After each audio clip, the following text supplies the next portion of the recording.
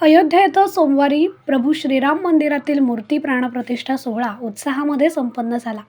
या सोहळ्याचं औचित्य साधून भाजपचे मालवण कुडाळ विधानसभा संयोजक माजी खासदार निलेश राणे यांच्या संकल्पनेमधून मालवण बंदर जेटी येथे 30 फूट उंच भव्य प्रभू श्रीराम प्रतिमा उभारण्यात आली होती। तसंच या ठिकाणी 25,000 इलेक्ट्रॉनिक दिव्यांची आकर्षक रोषणाई, फटाक्यांची आतषबाजी करून आकाश कंदील आकाशात सोडण्यात आले। हा नेत्रदीपक सोहळा याची देही याची डोळा पाहण्यासाठी हजारो नागरिक बंदर जेटी परिसरामध्ये दाखल झाले होते। रामनामाच्या जय जयकारानं यावेळी परिसर अगदी दणाणून गेला होता।